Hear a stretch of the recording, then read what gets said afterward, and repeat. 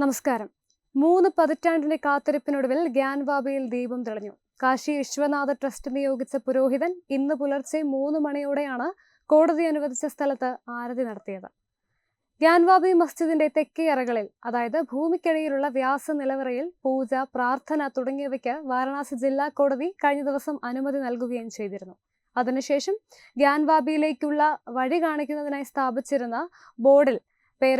ബോർഡിലുള്ള പേര് ഗ്യാൻവാബി ടെമ്പിൾ എന്നാക്കുന്ന ദൃശ്യങ്ങൾ പുറത്തു വന്നിരുന്നു. ആ ദൃശ്യങ്ങൾ കാണാം.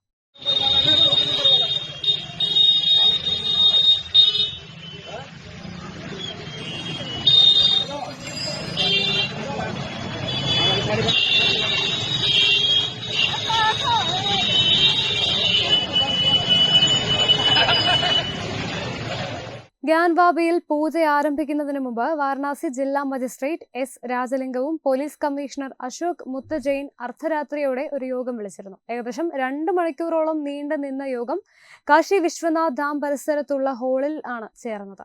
തുടർന്ന് കോടതി വിധി സുഗമമായി നടപ്പിലാക്കാൻ ജില്ലാ ഭരണകൂടം നടപടി സ്വീകരിക്കുകയും ചെയ്തിരുന്നു.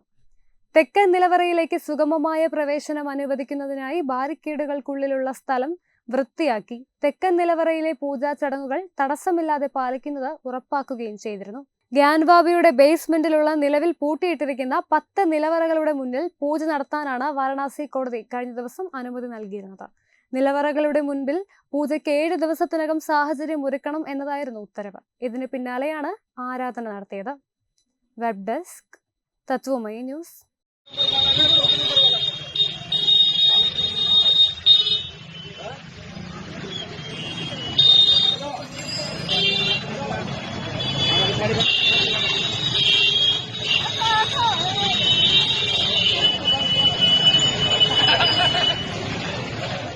ദിഗന്ത റിസോർട്ട്, അഹമ്മദാബാദ്, ഗുജറാത്ത്.